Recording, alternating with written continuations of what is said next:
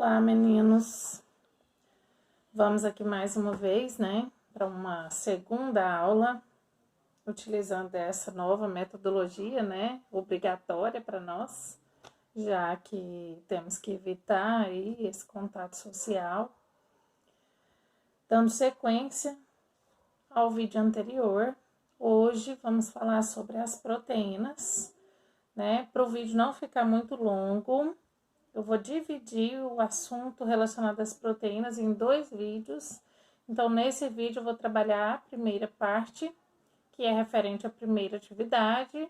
E na próxima semana, trabalharei, então, a segunda parte relacionada às funções das proteínas e relacionadas à atividade posterior. Antes de iniciar as proteínas, só queria fazer uma observação. Estamos aí vivendo uma fase em que as pessoas estão aí desesperadas, procurando álcool 70, álcool em gel, álcool líquido, de todo jeito, né?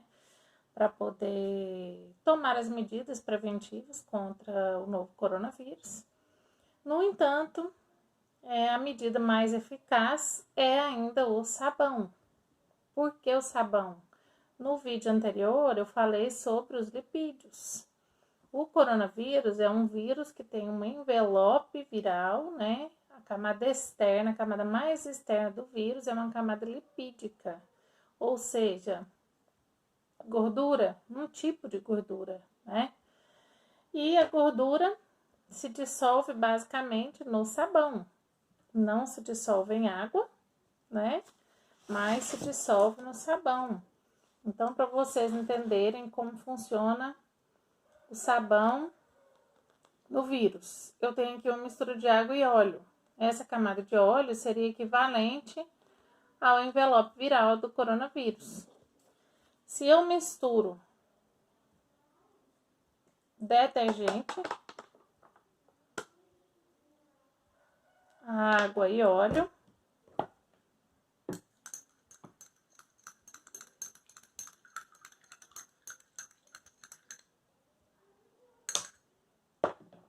os lipídios, a camada de gordura, se dissolve. Então, nada mais eficiente aí como prevenção ao coronavírus do que sabão. Sabonete líquido também está começando a faltar. Detergente, você acha detergente aí, ó, de R$1 no supermercado. Não tá faltando detergente ainda não, gente. Então, detergente previne coronavírus. Vamos lá agora às proteínas.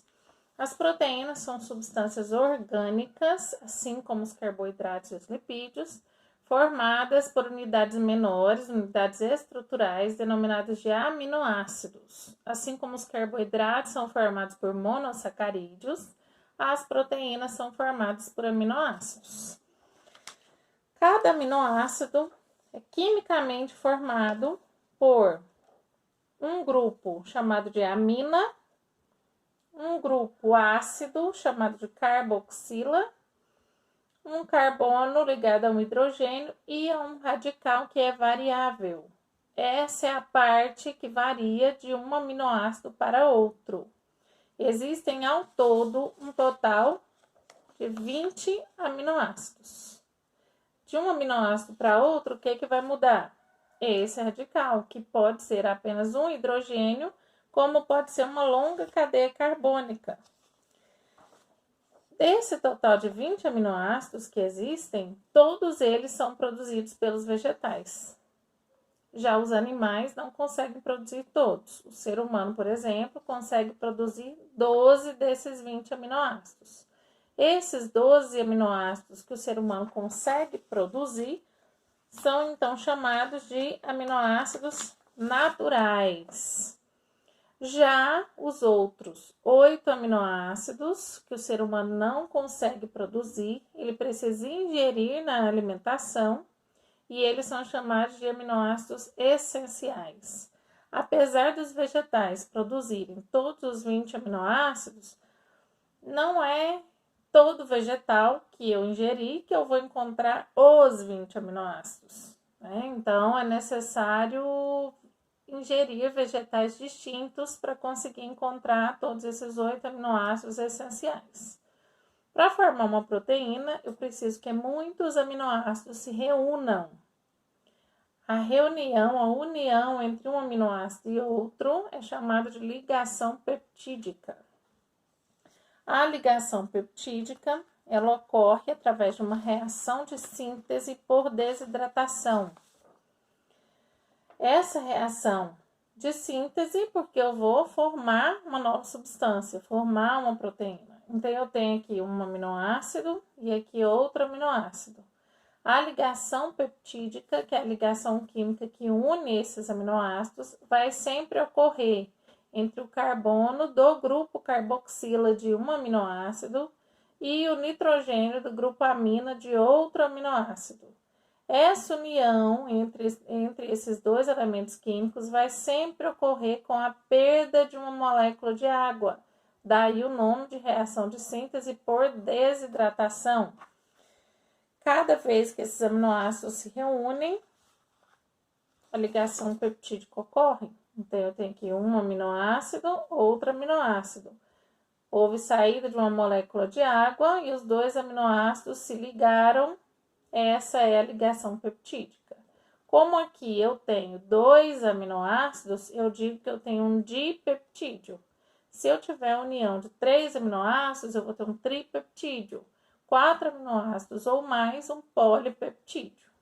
Para que eu tenha uma proteína, é necessário que essa reação química ocorra por no mínimo 50 vezes. Qualquer quantidade de aminoácidos menor que 50, eu não tenho uma proteína, eu tenho um polipeptídeo. A sequência de aminoácidos que formam uma proteína constitui o que a gente chama de estrutura primária da proteína. Estrutura primária de uma proteína, sempre que você ouvir esse termo, ele se refere à sequência de aminoácidos presentes na proteína. Lembrando, são 20 aminoácidos distintos. Eu posso ter uma proteína com centenas de aminoácidos, são sempre os mesmos 20. O que muda de uma proteína para outra é a sequência em que esses aminoácidos se encontram, a ordem, né? Da mesma forma que eu tenho apenas 23 letras no alfabeto e formo milhões de palavras, né? Eu vou ter, então, 20 aminoácidos que me dão a possibilidade de formar milhares de proteínas diferentes. Essa estrutura, essa sequência forma, então, a estrutura primária. Só que a proteína não é linear, ela não é uma cadeia química retinha ali de um aminoácido atrás do outro. Essa sequência de aminoácidos, né, essa proteína, ela se enrola a partir de atrações químicas que ocorrem entre um aminoácido e outro. Os primeiros enrolamentos que ocorrem são enrolamentos helicoidais, né, na forma de hélice, semelhante ao que ocorre com um fio de telefone. Quando o polipeptídeo sofre esses primeiros enrolamentos, a gente diz que ele adquire uma estrutura secundária. Após esses primeiros enrolamentos, a sequência, a cadeia de aminoácidos continua se enrolando e se dobrando sobre si mesma até adquirir uma estrutura tridimensional. Quando esse polipeptídeo adquire essa estrutura tridimensional, a gente diz que ela adquiriu, que essa proteína ou esse polipeptídeo adquiriu uma estrutura terciária, que já é funcional. Essa proteína, com formato tridimensional, ela já pode exercer uma determinada função na célula ou nos organismos. Muitos polipeptídeos, muitas proteínas são formadas por 2 ou mais polipeptídeos reunidos. Quando eu tenho essa união de 2 ou mais polipeptídeos, eu digo que a proteína tem uma estrutura quaternária. Então, só para ilustrar, né, essa estrutura, eu tenho aqui um desenho que resume, né, essa estrutura. Quando eu tenho apenas uma sequência de aminoácidos, eu tenho a estrutura primária. Nem sei se essas abreviações existem, viu, gente? Foi só para resumir mesmo, caber aqui no meu papel, já que tudo improvisado, né? Tive até uma crítica aí no vídeo anterior no YouTube, né? Uma pessoa comentou lá falando que cochilou nos 3 primeiros minutos. Bom, eu não tô gravando esses vídeos com a finalidade de entretenimento, né? Tô gravando esses vídeos para fins de trabalho mesmo. Tudo aqui é muito improvisado. Tô tentando explicar o conteúdo de forma semelhante ao que eu faria em sala de aula. Então, as críticas não vão me incomodar. Aqui eu tenho um desenho que representa a estrutura secundária da proteína. A estrutura terciária, essa estrutura secundária dobra-se sobre si mesma e a proteína adquire essa estrutura terciária. E se eu tenho a reunião de vários polipeptídeos unidos entre si, eu digo que eu tenho uma proteína de estrutura quaternária. Essas estruturas, qual estrutura da proteína que é funcional? Estrutura terciária e estrutura quaternária. Estrutura primária e secundária existe no processo de formação da proteína, mas elas ainda não são funcionais. Tá? Estrutura terciária e quaternária, sim, são proteínas funcionais. Essa estrutura da proteína, ela pode se desfazer. Quando essas estruturas terciária ou quaternária são desfeitas, esse processo recebe o nome de desnaturação. A gente diz que houve desnaturação da proteína. Essa desnaturação leva a uma perda na forma e na função da proteína.